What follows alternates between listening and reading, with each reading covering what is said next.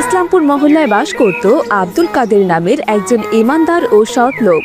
সে তার স্ত্রী ও সন্তানদের নিয়ে সুখে দিন কাটাচ্ছিল। দেখতে দেখতে রমজানের পবিত্র মাস চলে এলো। চারপাশে রোজা রাখার প্রস্তুতি চলছে। আব্দুল কাদেরের পরিবারেও চলছে রোজার আমেজ। এক পড়ন্ত বিকেলে তার স্ত্রী রেহানা ইফতারের আয়োজন করছে। মা, আজকে তুমি ইফতারে কি কি বানাবে? দেখছিস তো বেগুন, এগুলো দিয়ে বেগুনি বানাবো। ভাবছি আজকে একটু বেশি করে ইফতার বানাবো। হাজার হোক প্রথম রোজা বলে কথা। তাহলে তো খুব ভালো হবে। আমি অনেক অনেক ইফতার খেতে পারবো। ইফতার খেতে আমার কি যে ভালো লাগে। মা, ও মা, বলো না আজকে তুমি আর কি কি বানাবে? সেটা ইফতারির সময় নিজের চোখে দেখতে পারবি। এখন যা, এত বড় মেয়ে হয়েছিস, রোজা রাখার কোনো নাম গন্ধ নেই, আর শুধু ইফতারের খোঁজ করছিস। আচ্ছা ঠিক আছে, যাচ্ছি। কিছুক্ষণ পর তারা মা মেয়ে মিলে টেবিলে ইফতার সাজায় আর আজানের জন্য অপেক্ষা করতে থাকে। বলছিলাম কি মা, আমি তো রোজা নেই, আমি দুটো বেগুনি খাই। কি বলছিস কি আপু, তুই কি না রোজা নেই, তার উপর আবার আমাদের সামনে ইফতার খেতে চেয়েছিস? তোর লজ্জা করছে না? এতগুলো রোজাদার ব্যক্তির সামনে বসে বসে তুই বেগুনি খেতে চাইছিস? মা, আপুকে একদমই বেগুনি দিবে না। প্রতিবার আপুর জন্য ঠিক মতো ইফতার করতে পারি না। মনে আছে গতবার সব ইফতার একাই খেয়ে নিয়েছিল। ওরে বাবা, আব্বু কত কষ্ট করে বাজার থেকে আবার ইফতারি কিনে নিয়ে এসেছিল। এবার আর আপুকে তুমি কিছু খেতে দিবে না। তুই চুপ করতে সাইম, একদম বেশি কথা বলবি না। আর একবার আমার ইফতার খাওয়া নিয়ে কিছু বললে না, কানে নিচে দেবো একটা লাগিয়ে। তুই চুপ কর তো রাদিয়া। ছোট ভাইয়ের সাথে কিভাবে কথা বলতে হয় এখন অবধি শিখলি না, তাই না? সব সময় তোদের দুই ভাই বোনের শুধু ঝগড়া লেগেই থাকে। রোজা রমজানের দিন কোথায় একটু স্যাক্রিফাইস করে চলবি তা না, ছোট ভাইয়ের সাথে ঝগড়া শুরু করে দিয়েছিস। ও তো ভুল কিছু বলেনি, ঠিকই তো বলেছে। এত বড় একটা মেয়ে হয়েও তুই রোজা রাখছিস না, অথচ ইফতারি খাওয়ার বেলায় সবার আগে হামলা দিচ্ছিস। এইভাবে কি চলে নাকি? আজান দিলে তো আমরা সবাই একসাথে ইফতার করব, তাই না?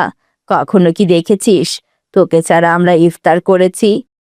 আহা, রোজা রমজানের দিন মেয়েটাকে এভাবে বকাবকি করছো কেন? ও কী বা এমন খেতে চেয়েছে? দুটো বেগুনিই তো খেতে চেয়েছে, তাই না? আজ বাদে কাল মেয়েটা আমার পরের বাড়িতে চলে যাবে। ও তো সারা জীবন এখানে পড়ে থাকবে না। দাও না, মেয়েটাকে একটু শান্তি মতো খেতে দাও। এই তোমার আশকারা পেয়ে পেয়ে মেয়েটা মাথায় উঠে গেছে। আগে তবু দু একটা করে রোজা রাখতো, এখন তো একেবারেই রাখে না। বছরে একবারই তো রমজান মাস আসে। এই মাসে যে একটা ইবাদতের 70টা করে নেকি হয়, সেটাও কি ওকে বলে দিতে হবে নাকি? তোমার মেয়ে তো সবই জানে, তবুও রোজা রাখে না। মা রাদিয়া, কাল থেকে রোজা রাখবে কেমন? এখন তুমি বড় হয়েছো, তোমার উপর রোজা রাখা ফরজ হয়েছে। রোজা রাখলে আমি তোমাকে মজার মজার ইফতারি এনে দেব। এখন তুমি নাও, তোমার যেটা ভালো লাগে সেটা খাও। বাবার কথায় খুশি হয়ে রাদিয়া একটা দুটো করে সব বেগুনি খেয়ে ফেলে। এমনকি মুচমুচে করে ভাজা সকল ইফতার সে খেয়ে ফেলে। টেবিলে শুধুমাত্র মুড়ি আর ছোলাই পড়ে থাকে। এই দেখে তার মা ভীষণ রেগে যায়। আমি জানতাম এমন কিছুই হবে। এবার তুমিই বলো আমি কি করব? থাক, তুমি আর মেয়েটাকে বকাবকি করো না। এখনো 10 মিনিট সময় বাকি আছে। আমাদের মহল্লায় তো অনেকেই ইফতারের দোকান দিয়েছে। আমি এক্ষুনি ইফতার কিনে নিয়ে আসছি। এরপর আব্দুল কাদের সাহেব বাইরে থেকে ইফতার কিনে নিয়ে আসেন আর আজান হলে সবাই মিলে একসাথে ইফতার করতে থাকেন। এভাবেই বেশ কয়েকদিন কেটে যায়, কিন্তু রাদিয়ার কোনো উন্নতি হয় না।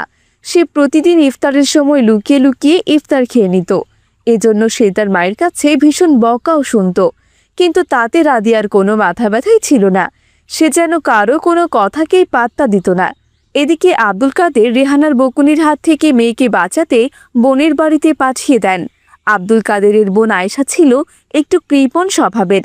একদিন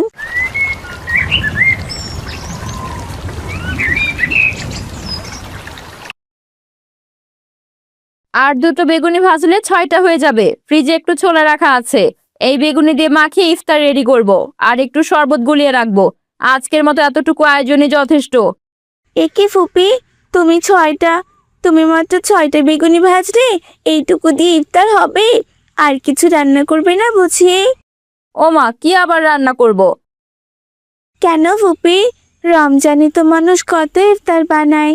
বেগুনি, পেঁয়াজু, আলুর চপ, ছোলা, চিকেন চপ, জিলিপি, আরো কত কিছু। আর তুমি কিনা মাত্র 6টা বেগুনি ভাজলে। আমাদের বাড়িতে তো বেশি মানুষ নেই, তুই, আমি আর তোর ফুপা। আর তোর ভাইয়া তো ভাজা পোড়া কিছুই খায় না।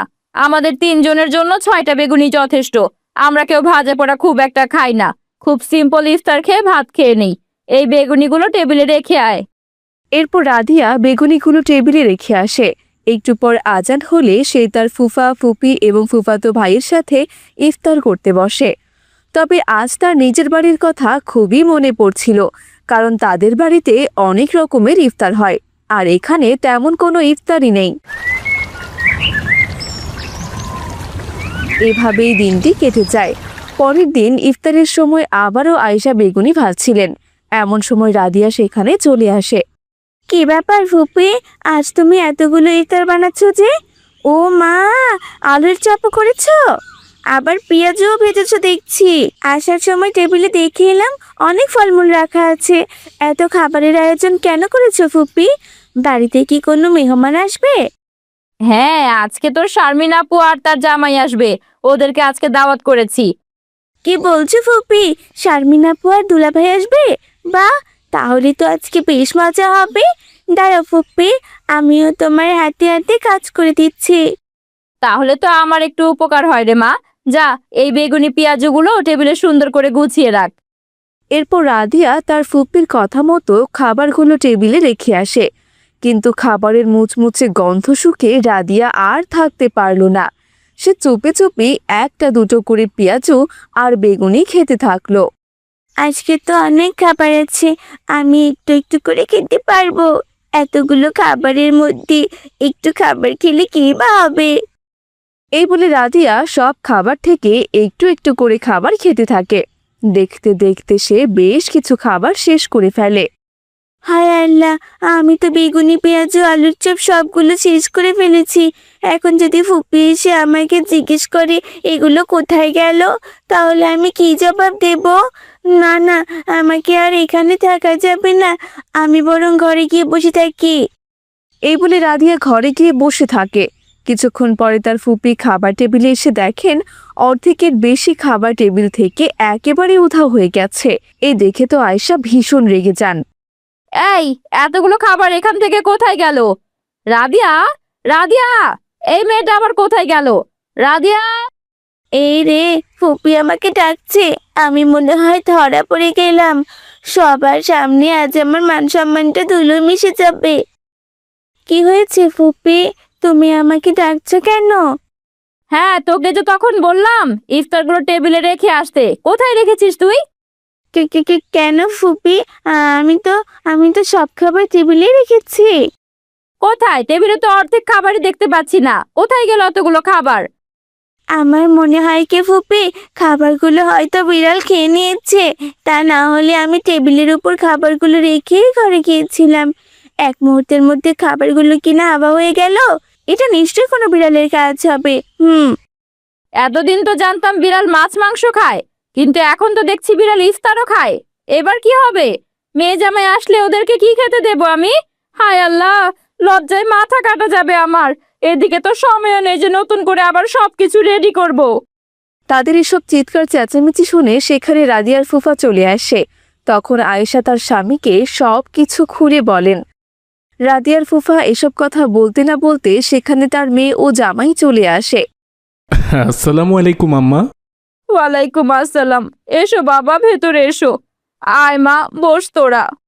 আয়েশা মনের দুঃখ লুকিয়ে মেয়ে ও জামাইয়ের সাথে কথা বলতে থাকেন। এদিকে রাদিয়া মনে মনে ভীষণ লজ্জিত হয়। সে ভাবতে থাকে, আমি আর কখনো এভাবে লুকিয়ে কিছু খাবো না। আজ আমার জন্য ফুপির এত বড় সমস্যা হলো।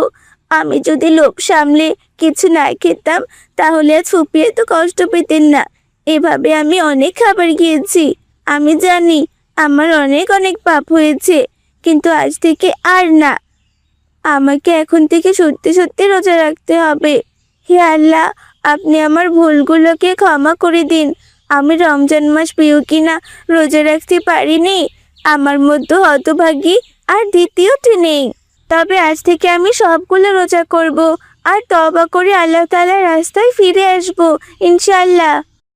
এভাবে রাদিয়া অনুশোচনায় ডুবে যায়। তখনই কালু নামের এক লোক ইফতার নিয়ে আসে। এরপর সবাই মিলে টেবিলে বসে পড়ে আর আজান হলে সবাই ইফতারের দোয়া পড়ে ইফতার করতে থাকে।